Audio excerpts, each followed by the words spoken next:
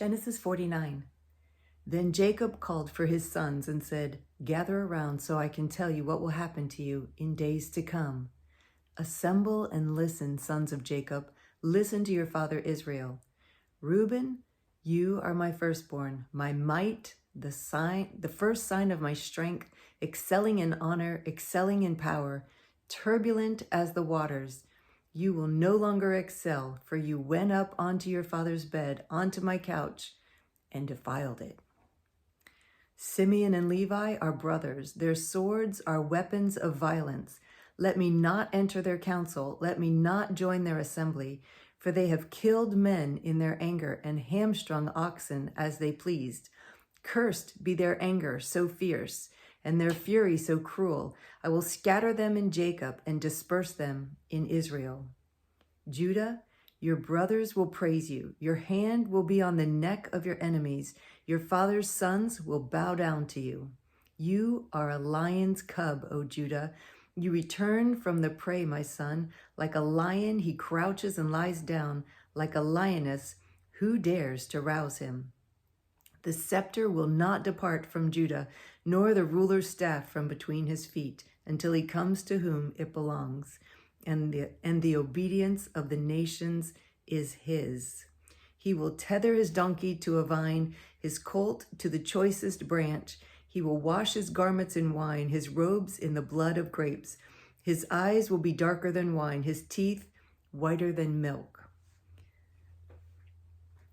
Zebulun will live by the seashore and become a haven for ships, and his border will extend toward Sidon. Issachar is a raw-boned donkey lying down between two saddlebags. When he sees how good is his resting place and how pleasant is his land, he will bend his shoulder to the burden and submit to forced labor. Wow, most of these aren't very good. Dan will provide justice for his people as one of the tribes of Israel.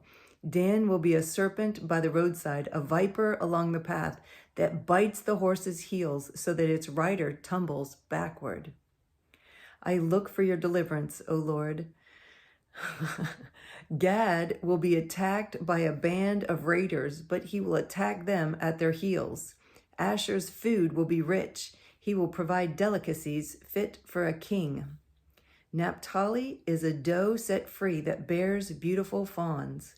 Joseph is a fruitful vine near a spring, whose branches climb over a wall.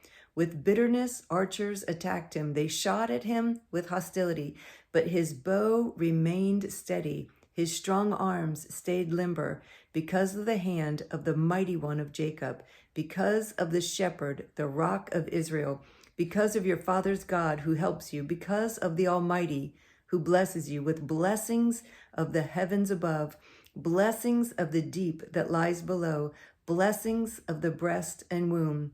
Your father's blessings are greater than the blessings of the ancient mountains, than the bounty of the age-old hills. Let all these rest on the head of Joseph, on the brow of the prince among his brothers.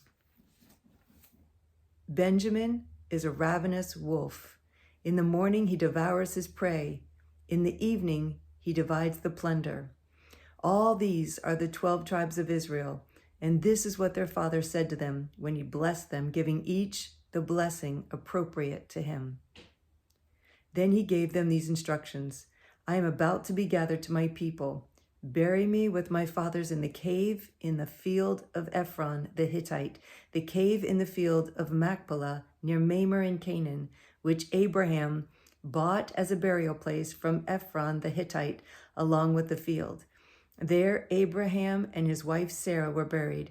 There Isaac and his wife Rebekah were buried. And there I buried Leah. The field and the cave in it were brought from the Hittites.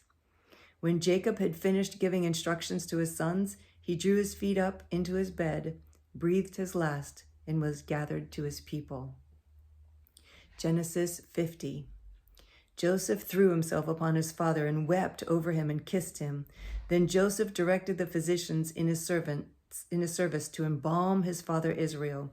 So the physicians embalmed him, taking a full 40 days for for that was the time required for embalming. And the Egyptians mourned for him 70 days. When the days of mourning had passed, Joseph said to Pharaoh's court, "If I have found favor in your eyes, speak to Pharaoh for me.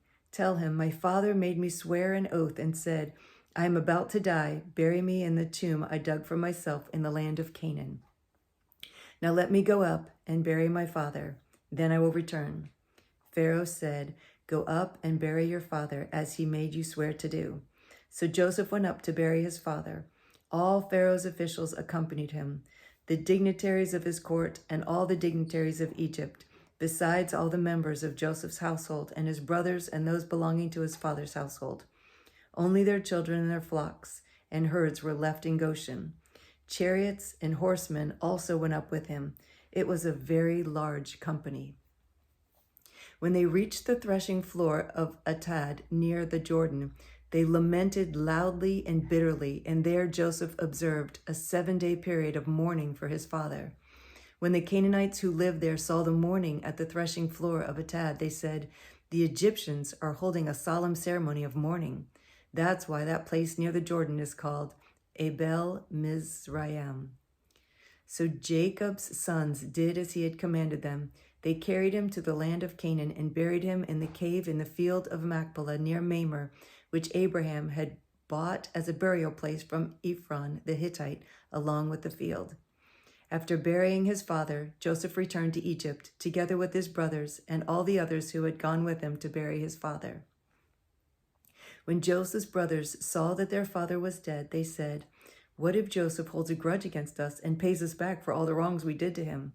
So they sent word to Joseph saying, "Your father left these instructions before he died. This is what you're to say to Joseph. I ask you to forgive your brothers the sins and the wrongs they committed in treating you so badly. Now please forgive the sins of the servants of the God of your father." When their message came to him, Joseph wept.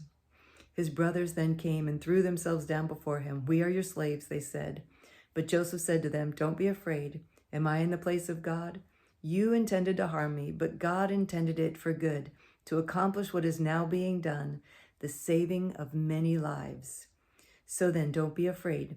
I will provide for you and for your children." And he reassured them and spoke kindly to them. Joseph stayed in Egypt along with all his father's family. He lived 110 years and saw the 3rd generation of Ephraim's children. Also the children of Machir, son of Manasseh, were placed at birth on Joseph's knees. Then Joseph said to his brothers, "I am about to die, but God will surely come to your aid and take you up out of this land to the land he promised on oath to Abraham, Isaac, and Jacob." And Joseph made the sons of Israel swear an oath and said, "God will surely come to your aid, and then you must carry my bones up from this place." So Joseph died at the age of 110. After they embalmed him, he was placed in a coffin in Egypt.